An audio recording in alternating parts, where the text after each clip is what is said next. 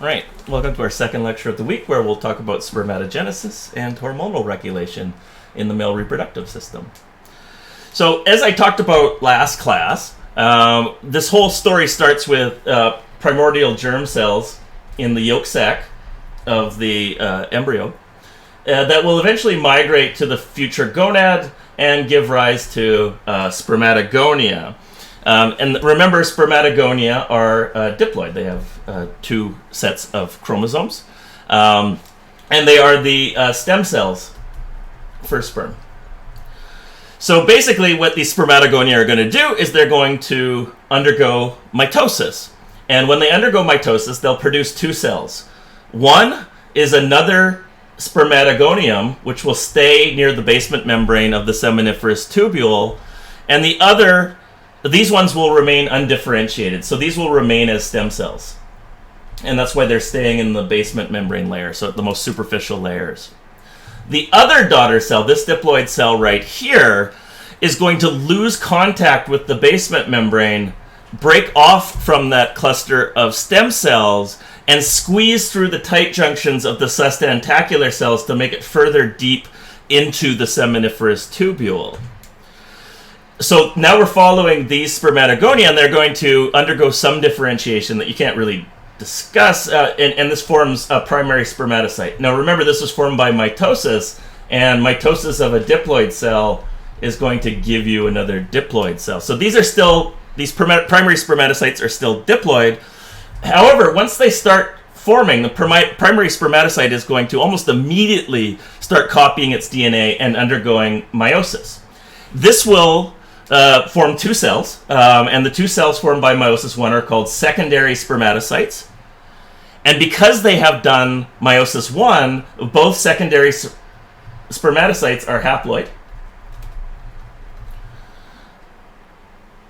So they only have each secondary spermatocyte has two chromatids only for each chromosome, but only one copy of each chromosome.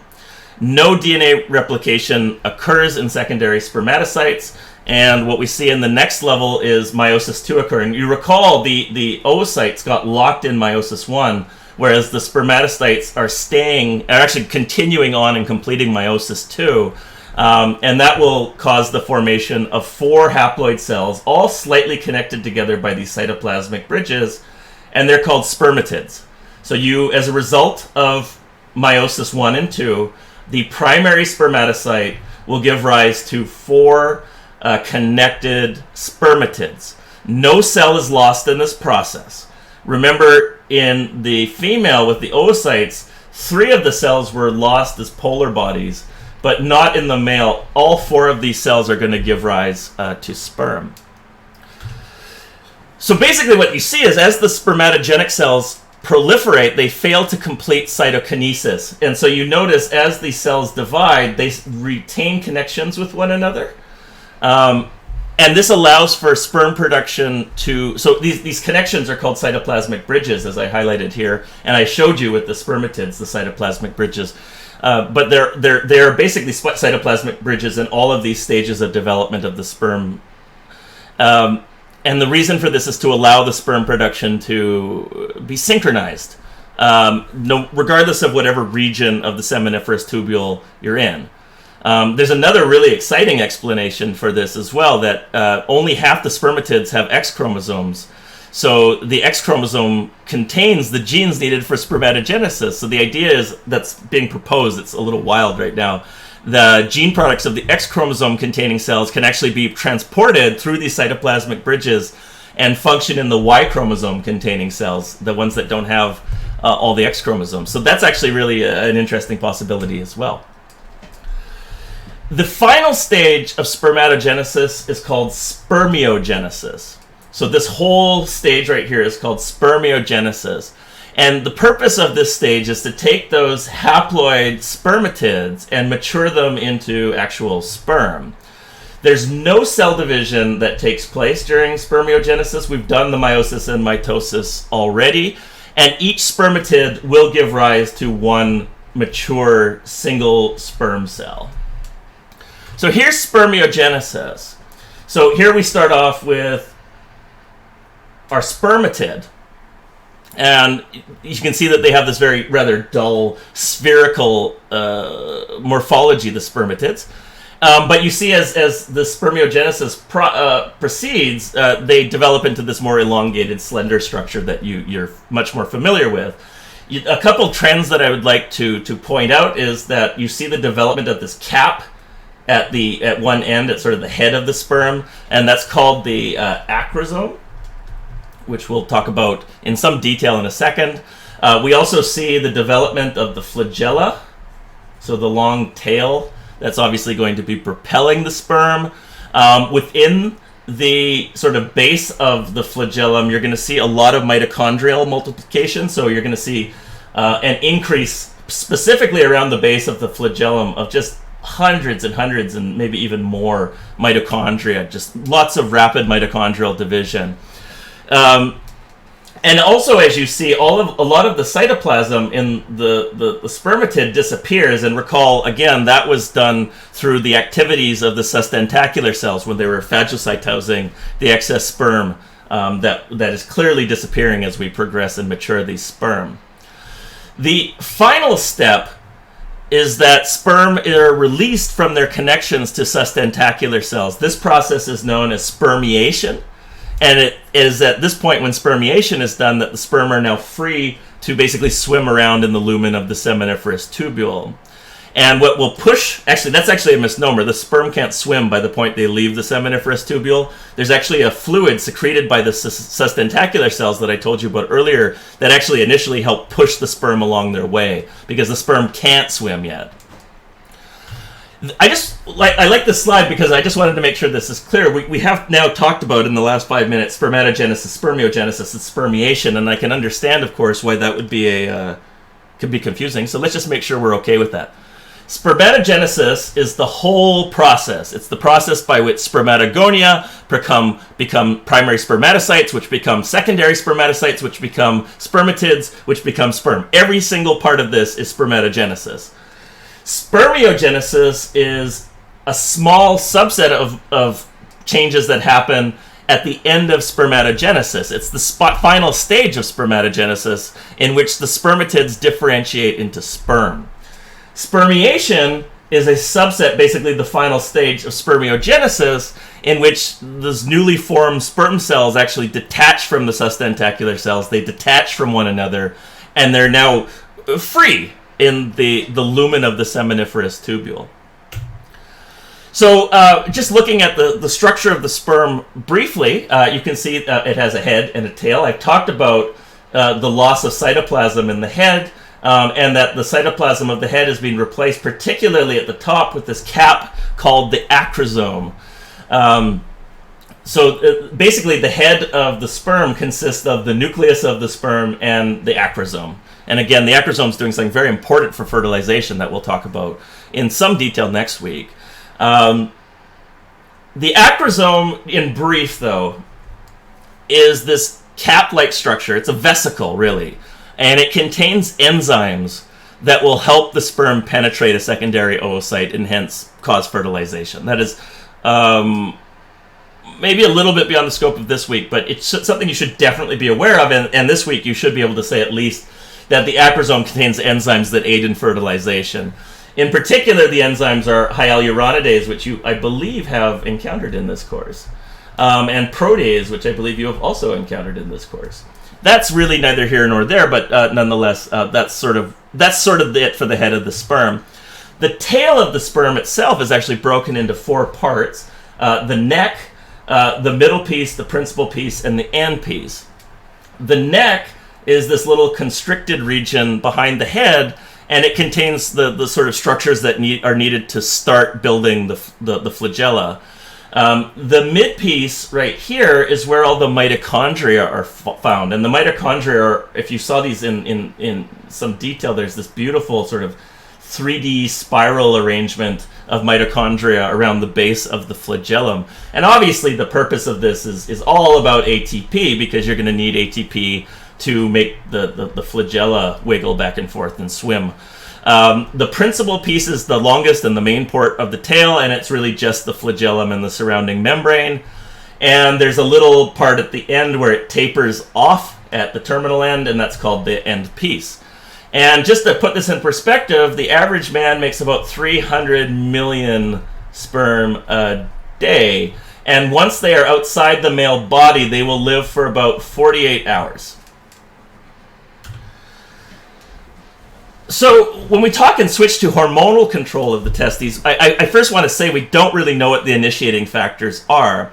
But we do know that at puberty, hypothalamic neurosecretory cells will start increasing their secretion of gonadotropin-releasing hormone, GnRH, which should be very familiar because that's how we started the female pathway as well. And not as a surprise probably to you, the activities of GnRH are going to stimulate the gonadotropes in the anterior pituitary to release two gonadotropins, which we already know and love: luteinizing hormone and follicle-stimulating hormone.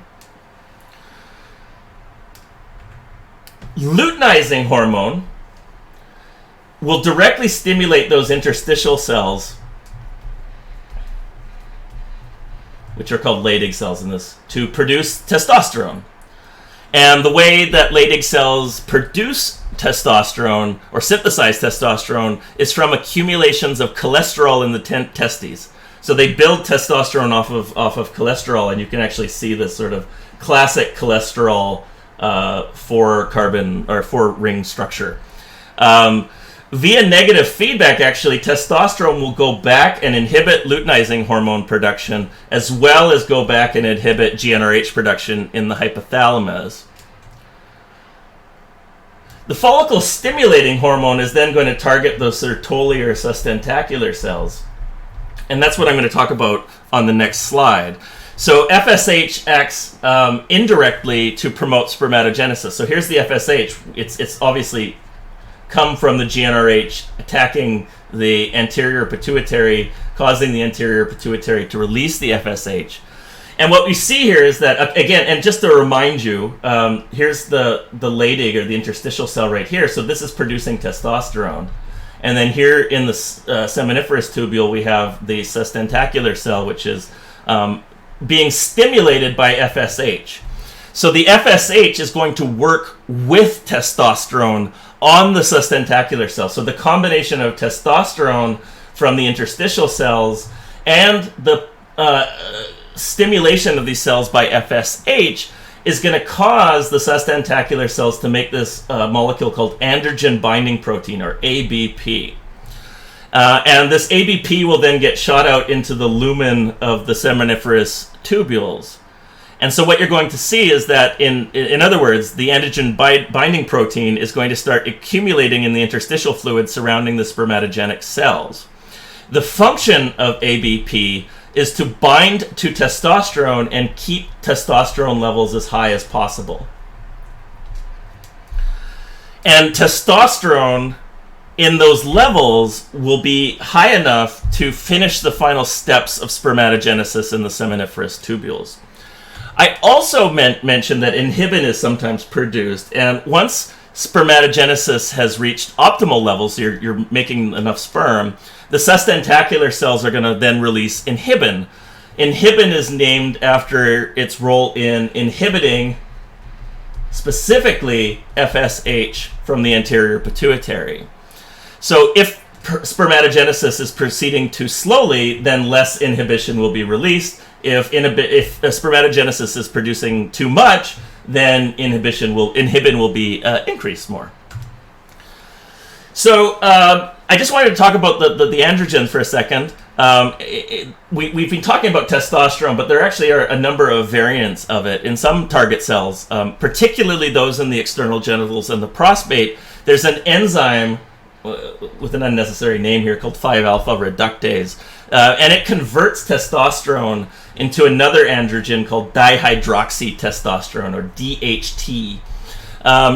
Testosterone and DHT bind to the same receptors, and you recall that the receptors for testosterones and androgens are actually cytoplasmic receptors. The receptors are not in the plasma membrane. So basically what happens is when the testosterone or the dihydroxytestosterone arrive in the cell, they're going to cause some sort of transcriptional change to the genes that are being produced, and therefore the proteins that are being produced from that cell.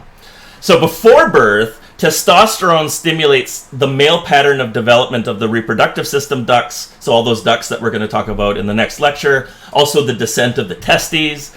DHT specifically is stimulating the development of the external genitals.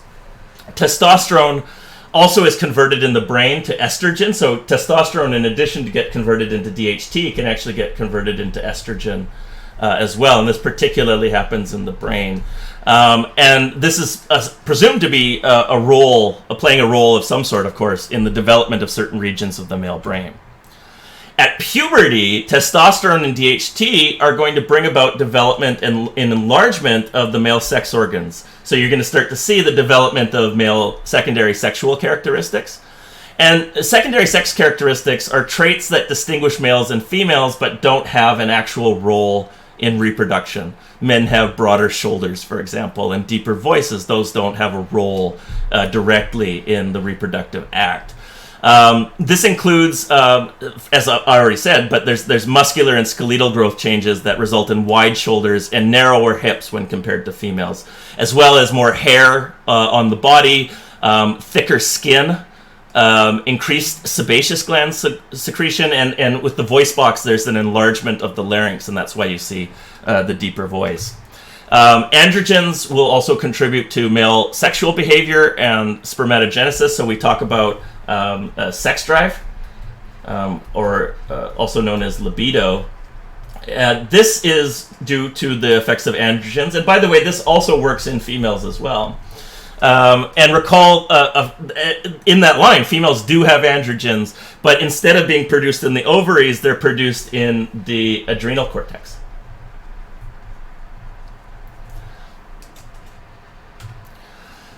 Androgens can also stimulate anabolism. In other words, androgens are anabolic hormones. They stimulate protein synthesis. And this is why males generally have heavier muscle and bone mass when compared to women.